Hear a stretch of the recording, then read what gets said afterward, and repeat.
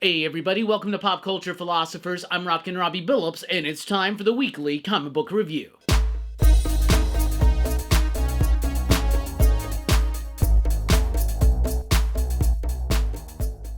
That's right, everybody. Thanks for checking out the video. I am Rockin Robbie Billups. This is the weekly comic book review. It's the show where I read a lot of comic books and I let you know what I thought about them, and we always start with the pick of the week. And this week's pick of the week, Feral, issue number 10.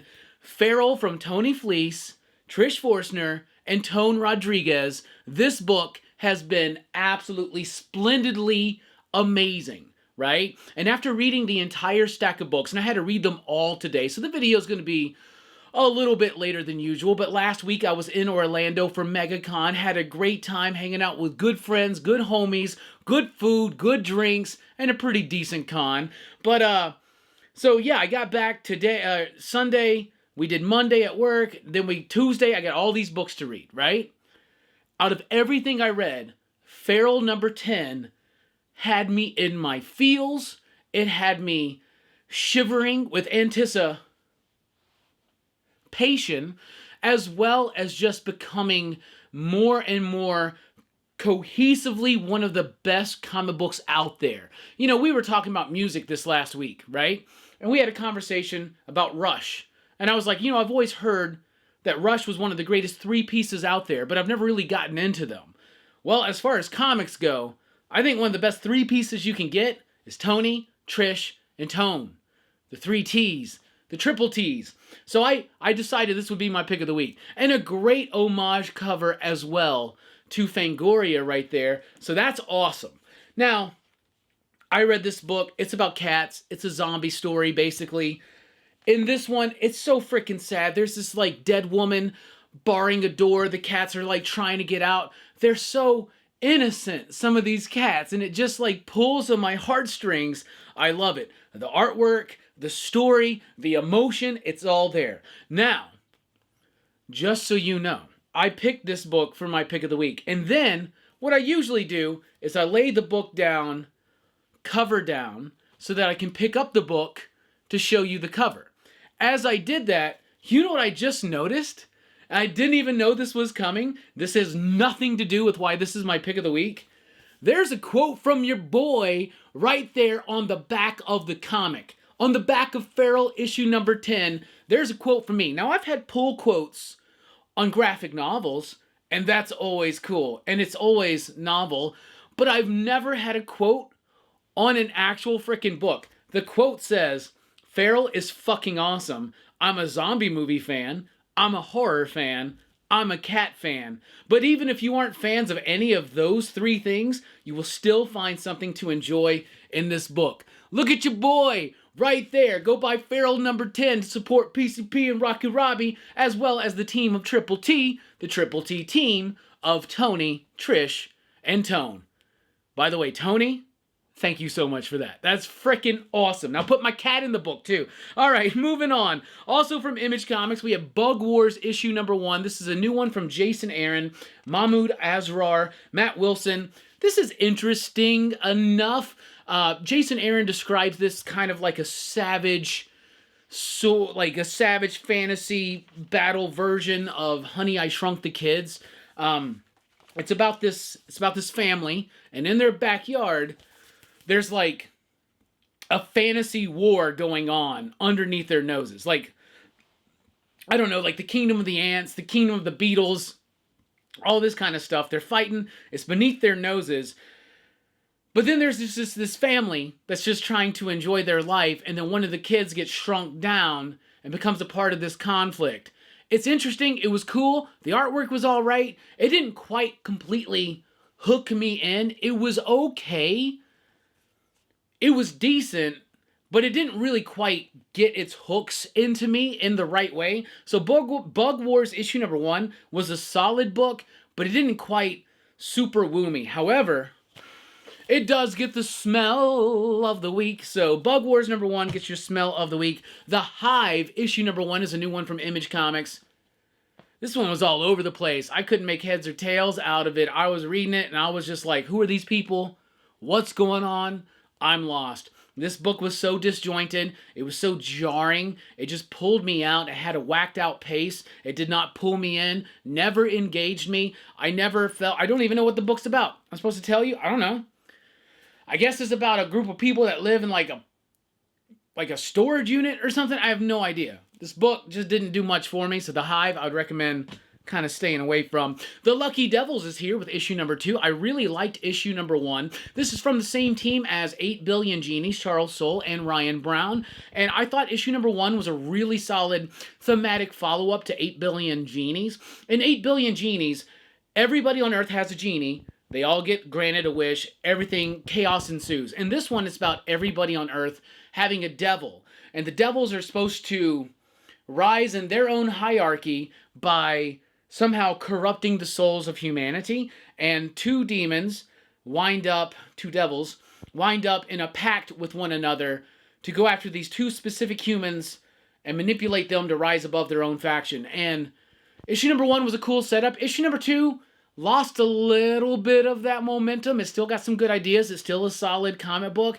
but it just kind of got bogged down a little bit by the weight of its own concept, and it didn't quite break free and give a very interesting and indulging kind of experience. So Lucky Devils number 1 I thought was super solid. Issue number 2, still solid, but not super solid. Then we got The Moon is Following Us, issue number 6 from Daniel Warren Johnson, Riley Rossmo, Mike Spicer. This book slaps. This book is awesome. It's about a couple who have lost their daughter. She's in a coma. She's in a dream world. They're trying to go into the dream world to save her. They have recently been betrayed. This is the aftermath of that. And also the idea of, I love that we're subverting some expectations here. And it's the nightmares that are friendly and the dreams that are not. So that's kind of an interesting concept that I really like being played out here in this book. It's got heart. It's got excellent storytelling. It's a really solid comic book. The Moon is Following Us.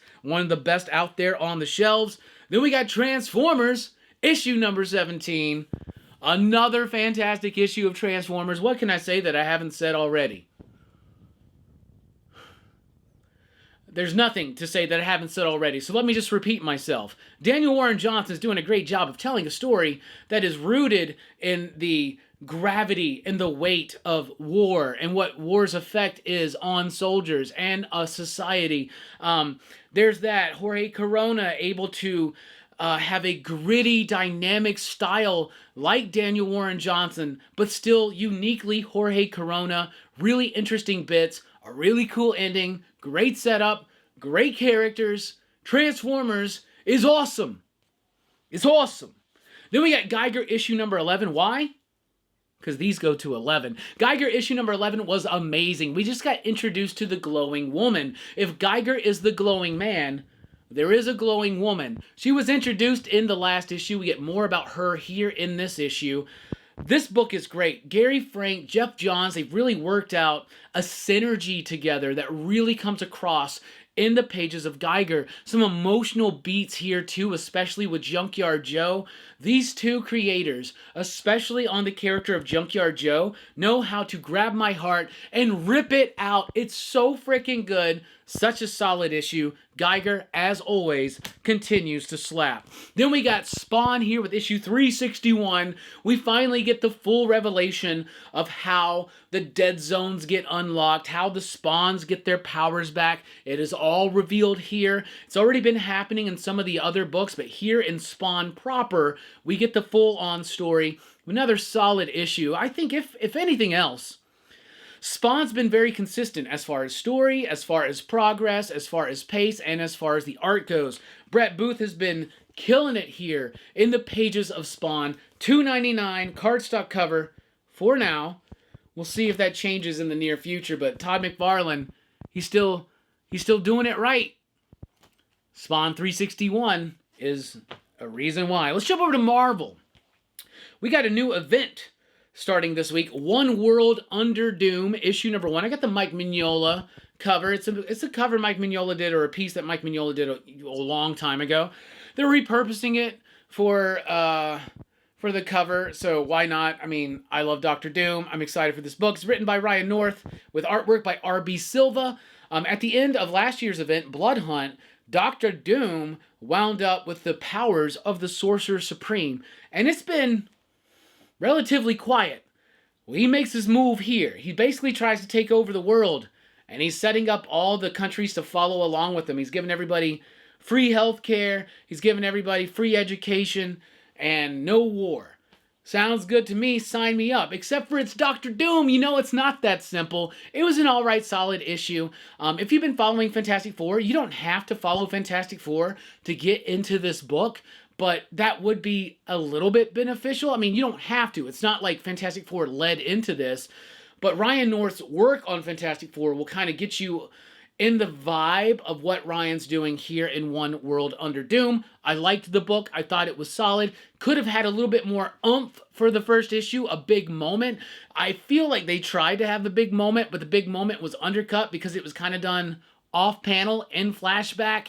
So you know that that's not going to stick. So, I don't know.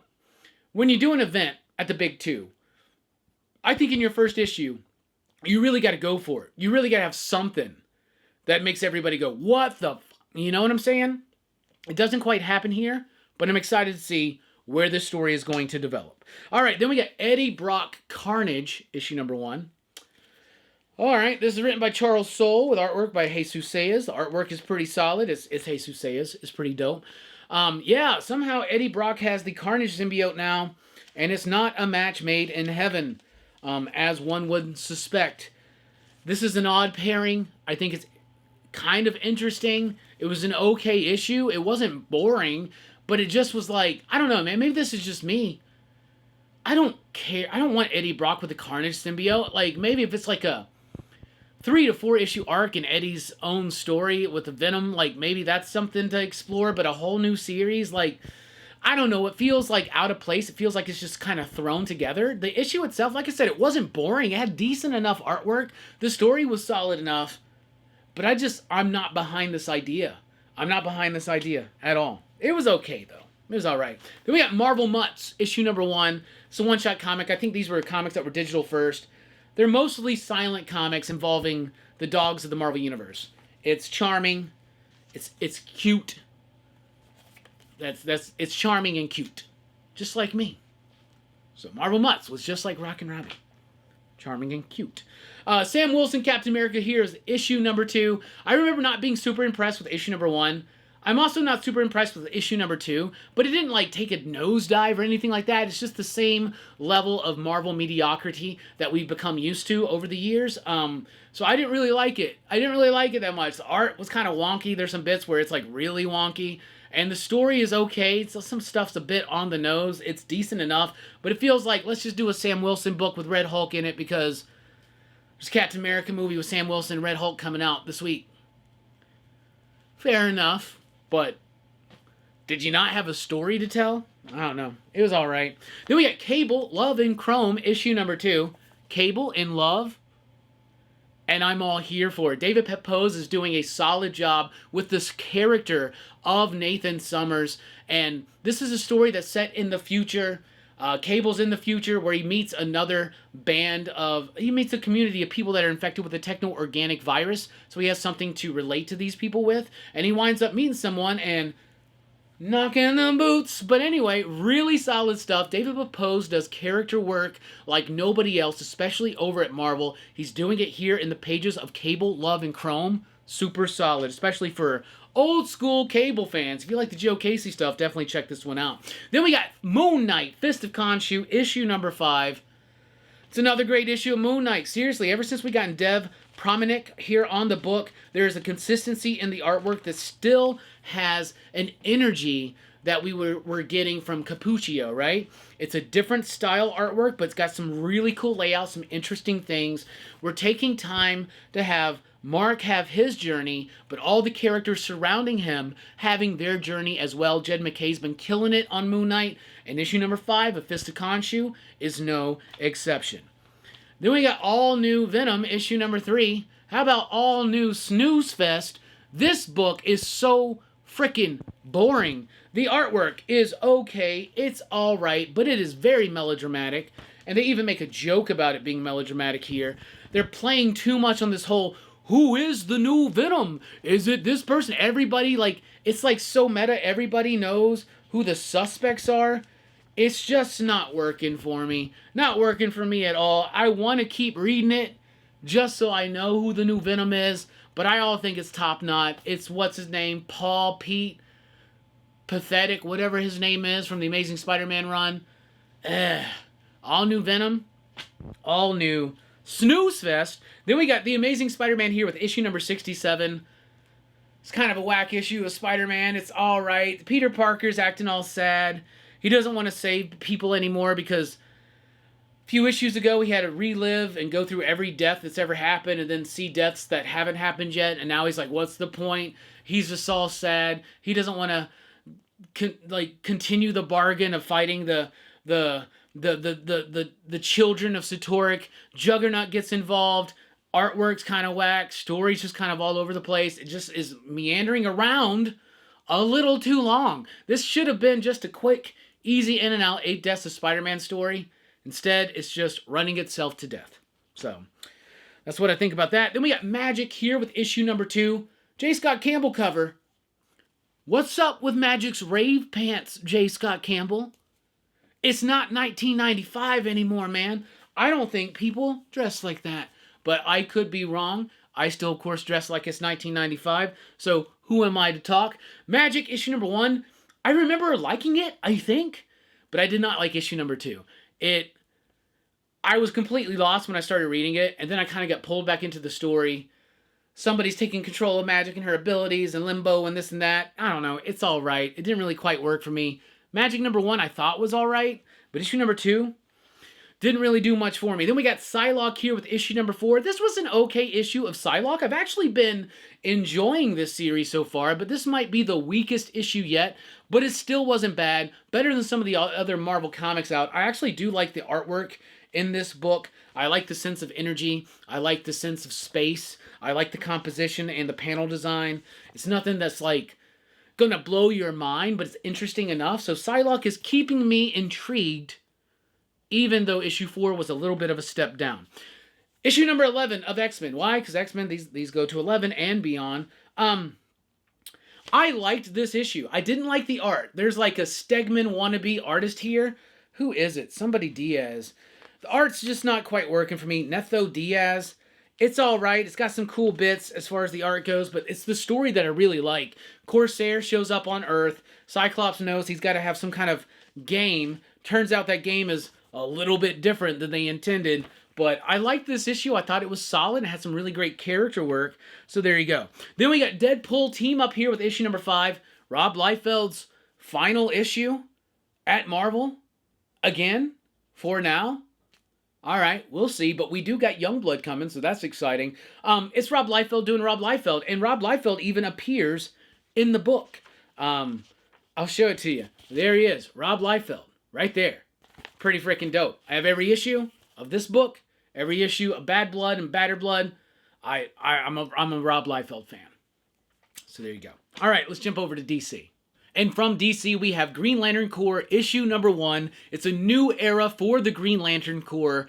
Post this Jeremy Adams war between the United Planets and the Council and all that kind of stuff. And now we are in the midst of the fractured spectrum story where the emotional spectrum is so fractured right now that other people that don't have rings are starting to feel overwhelming thoughts of avarice and rage and love and even willpower and hope and stuff like that, right? So there's a new Green Lantern Corps out there. This is documenting that. It is written by Jeremy Adams. I do believe Jeremy has a co-writer, though. Yep, Morgan Hampton. Fernando Passarin is the artist. We're familiar with his work. The art is super solid, very concrete, very structured, very rigid, but it allows... You don't think that would be the type of art you want for a Green Lantern book, but those big moments really still pop, including Sinestro being a Green Lantern. Sorry, that was some slight spoilers. Sinestro is a Green Lantern again. But for how long, who knows? But this is a John Stewart-centric book, but you get Joe, you get Simon, you get Jessica. Hell, I think there was even some Guy Gardner in here. Our favorite bull-headed Green Lantern. But Green Lantern Corps was really solid. As long as Jeremy Adams is a part of this book, it's going to go right along with Green Lantern. He was at MegaCon. I walked by him and saw him, but I didn't stop by and say what's up. I was barely at MegaCon. I was there for like 3 hours out of the entire time I was there. Most of the time I spent at Bahama Breeze drinking pina coladas. And that was time well worth spent, I tell you that. Then we got DC vs. Vampires, World War V, Darkness and Light. This is a one-shot comic book. DC vs. Vampires, World War V is in the midst of a break right now, but instead of just taking a month or two off, how about a one-shot comic book, still written by Matthew Rosenberg with some pretty solid art on here. It's got 2 stories. One is focusing in on Wonder Woman as a vampire, trying to turn Harper Row into a vampire. Doesn't quite go the way that she expects it to. Then we got the second story, which is following Alfred, who is now a Green Lantern, and it sets up some stuff to come. So if you're reading DC vs. Vampires, this is not...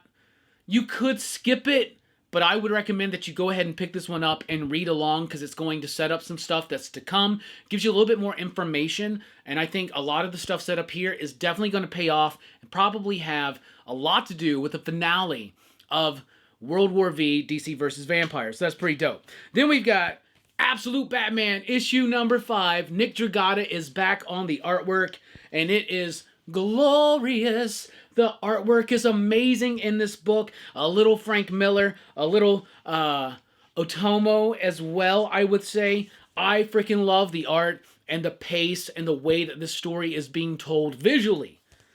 Story-wise, though, it's the same thing. I think it's a little dumb. I think it's a little silly. I can embrace that silliness. I can embrace that dumbness. Sometimes with Scott Snyder books, especially when he's doing something big and ham over at the DC Universe, you just got to embrace the silliness. But this one, it's starting to lose me just a little bit as far as the story goes. Maybe it's time to sit back down and reread 1, 2, 3, 4, and 5, just kind of catch back up. But the Nick Dragata artwork is always going to be worth the price of admission. Plus, you know I rarely pick up a variant cover, but that's from my boy Ian Bertram. And guess what, bruh? Ian, you got the cover of the week. Look at that beautiful Ian Bertram cover right there. It's amazing. It's the cover of the week. Absolute Batman's been a fan favorite. What do you think, honestly? Let me know in the comments down below. Too dumb or just the right amount of dumb? You let me know. What do you think about Absolute Batman? Cover of the week, though. There you go. Then we got Batman Dark Patterns, issue number 3. Now, I believe that this is a 12-issue series from Dan Watters and Hayden Sherman.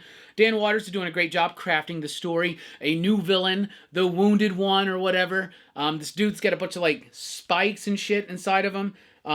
He's a pretty freaking sick villain. It's pretty freaking sick. This dude right here and Hayden's artwork, they are absolutely slaying it here on the book. This issue, though, does feel a little bit reserved, a little bit rushed, maybe. It doesn't quite have everything there, but it still has enough that's better than most comics that are out there from the mainstream, especially this week.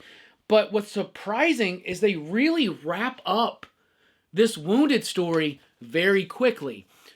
I thought maybe the whole series would be wrapped around this, but we now know that's not the case, but it's called Dark Patterns, so I think these things are going to be coming back around, so I love it. Even though it's a mini-series, it's still telling little stories within the larger story of Dark Patterns. Dan Watters has got a great sense of Gotham and Batman.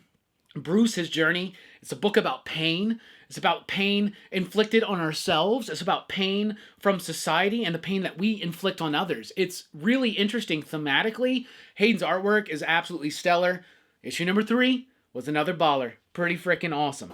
Then we've got Aquaman, issue number 2. Y'all, I liked Aquaman number 1 a lot. Jeremy Adams, John Timms, big, exciting, very much plugged into the DC All-In stuff. Atlantis disappears in the first issue. Aquaman goes through an Omega Gate to find it, find out where Atlantis and all of his people went. He shows up in this other world. Things are different. He meets some people that shouldn't be around. There's a big mystery here, but a connection to the Dark Side DC All-In stuff. And I loved issue number 1, but I freaking adore issue number 2. Issue number 2 was levels above, sea levels above, one might say, the first issue, which I thought was already freaking superb. Now we've got Aquaman number 2, absolutely stunning, love it. The artwork is amazing, the story is great, and the characterization of Arthur is top freaking notch. Really great stuff, playing with some mythology, playing with some really interesting visual concepts. Aquaman number 2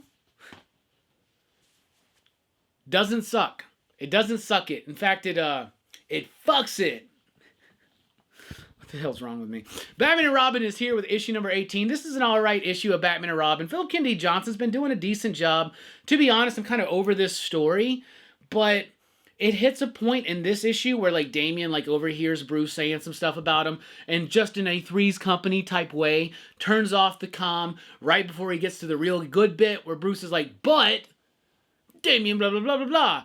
So it's building up this faction, or this fracture in the relationship between Bruce and Damian, and it's aight. It's just alright. And the artwork's okay. It's good. Robin's eyes are way too big, though. Yeah, Robin's eyes are just way too big. It's aight. Alright, then we got Batman 610 Facsimile Foil Edition. I'm not the biggest fan of Hush, but you know what? I am collecting up these facsimile foils because I have learned one thing about myself over the last couple years. If you do a facsimile foil, I'm pretty much on board. There's also a facsimile foil of Fantastic Four number 2. I left that one at the shop. Like the original Fantastic Four number 2, the first appearance of the Skrulls. From Mad Cave, exclusively distributed through Lunar now. That's why it's here for the video. Dick Tracy, the Valentine's Day special. This was a solid issue. If you've been liking Dick Tracy, you're going to like this one. It's not plugged in to the main story or anything like that, but it is the same characters. It is that same world. It's about this movie that's being shot from a company that's about to go out of business, and their star gets killed. It's the big mystery. It's kind of an obvious mystery, as there's an obvious answer to it. It's all right. Then there's a backup story that's pretty decent as well. So if you want some more Dick Tracy in your life for Valentine's Day, if you need some more Dick for your Valentine's Day, Mad Cave has got you covered. Put that on a cover, Mad Cave. I guarantee. I dare you. All right, from Oni Press, we have Mine is a Long, Lonesome Grave. This is the new one from Justin Jordan and Chris Sheehan. I liked this book. I thought it was cool. It didn't completely pull me in the way I wanted it to. The art was atmospheric. I've seen Chris do better work, but it's solid enough. I've seen Justin do better work, the writer, but it was solid enough. It was interesting. It's about this dude who's lost his wife. His daughter now hates him. His dead wife's family doesn't like him and puts a curse on this dude. And then he's like, you know what? Curse me? No. Fuck you. And he just goes ham and is now on a long, lonesome road to the grave. Revenge. Yeah. You love this woman. She dies. Your daughter doesn't like you anymore. And your dead wife's family puts a curse on you. I would have had enough too. Just so you know. From Dark Horse Comics, we got Those Not Afraid. We got 2 Kyle Starks books here. First up, Those Not Afraid. It's about 2 serial killers who realize through listening to a podcast or a YouTube channel that they are each about to break the record for the most kills by a serial killer ever, or at least in this state, right? So the serial killers kind of come together and they have this pact. Hey man, let's do it. So that's what it is, and it's a really solid book. Like, really cool. It's funny in that Kyle Starks type way, but it doesn't shy away from the dark nature of the story, and I really appreciate that as well. And it already goes into unexpected territory in issue number 2. I love this book. Might be one of my favorite Kyle Starks books. I've read 2 issues in. But also, speaking of Kyle Starks and Dark Horse Comics, we have Where Monsters Lie, Cul-de-sac, issue number 4. This is the final issue of Where Monsters Lie.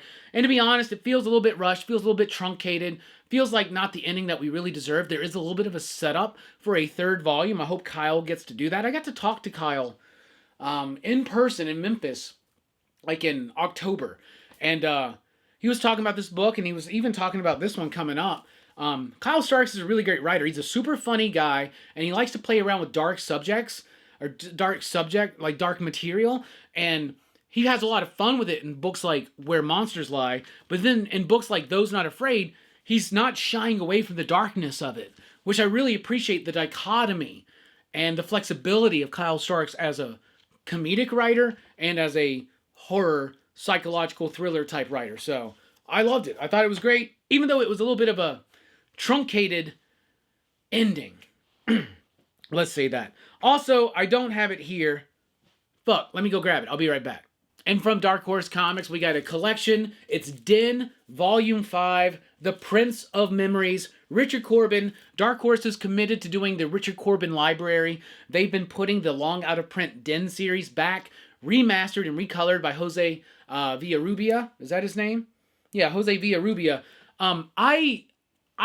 This might be the last collection of Den till they move to other things. But there might be 6. I don't know. You out there in the chat, let me know. Is this the last one or is there one more? Because I've been collecting these up and waiting until they're all done and just sit down one day or 1 week or 1 month and just read through them. Richard Corbin, great stuff. This was originally published in Heavy Metal and other places. There was a Den segment in the Heavy Metal movie that I remember, so I'm very excited to dive into this, but kudos to Dark Horse for doing this. I've opened up the first couple volumes and looked through them. The remastering, the recoloring, it looks absolutely fantastic. Villarrubia is one of those artists that you really trust with recoloring because he understands what the original intention was supposed to be. So, Den, Book 5 is out. So let's recap. Where Monsters Lie, Cul-de-sac, a little bit of a rushed ending, but not sloppy by any means. Those Not Afraid, Kyle Starks, having that balance between comedy and horror and just unsettledness. Mine is A Long, Lonesome Grave. Wasn't super great, but it was really solid, and I'm excited to see where the story's going to go. If you need more Dick for your Valentine's Day, check out the Dick Tracy Valentine's Day special from Mad Cave. I like that. Batman Hush. Foil is shiny. Batman and Robin's losing me just a little bit. Aquaman was better than issue number 1. Batman Dark Patterns. Very surprised at the quick kind of wrap up of this Wounded story, but I feel like we're not quite all there yet. Absolute Batman, issue number 5. The artwork's great. The story's kind of losing me, but the Ian Bertram cover, that's the cover of the week. DC vs. Vampires, World War V, Darkness and Light. Skippable, but not really. If you're reading that series, I would check it out. Green Lantern Corps, I'm so happy to have this book back and have it attached to the Jeremy Adams Green Lantern book. Deadpool Team Up, Rob Liefeld Do What Rob Liefeld Do. X-Men number 11. This is one of my favorite issues of Jed McKay's X-Men so far. Psylocke number 4, a little bit of a step down, but still interesting. Magic number 2, though, didn't really do much for me. Amazing Spider-Man 67 did not do anything for me. All new Venom, all new garbage. That's what I think about that one. Moon Knight, Fist of Khonshu is still good. Still really good. Cable, Love, and Chrome. More like Cable, Love, and Chrome. That was rough. I didn't have any. I should have workshopped that one just a little bit. Sam Wilson, Captain America. Hey, there's a Captain America movie with Sam Wilson and Red Hulk. Let's throw together a comic. That's what it feels like. Marvel Mutts. Cute and charming, just like Rockin Robbie. Yeah. Eddie Brock Carnage. Why? One World Under Doom. It's actually pretty solid, but it didn't have that moment to really hook people in. Spawn do what Spawn do. Geiger was amazing this week. Transformers was stellar this week. The Moon is Following Us was stunning this week. Lucky Devils was okay this week. The Hive was not very good for me. Didn't get into that. Bug Wars gets the smell of the week. It's like Honey, I Shrunk the Kids meets, I don't know, Warlord from Mars or some shit like that. But the pick of the week goes to Feral, issue number 10. Absolutely stellar, awesome, stunning, emotional book that I picked as my pick of the week before I discovered that I had a pull quote on the back of the book.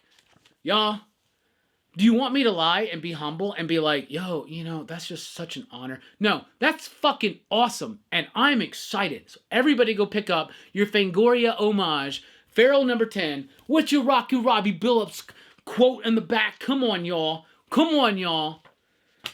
That's my pick of the week. Anyway, that's what I read. That's what I thought. That's what I'm thinking. What are you reading? What are you digging? What are you thinking? Let us know in the comments down below. Thank you so much for checking out the video. Be sure to like, share, and subscribe. And join us over at patreon.com if you want to help support the channel. I've been Rockin Robbie Billups. Thanks for rocking with us. Keep on reading. Station. Pop, pop.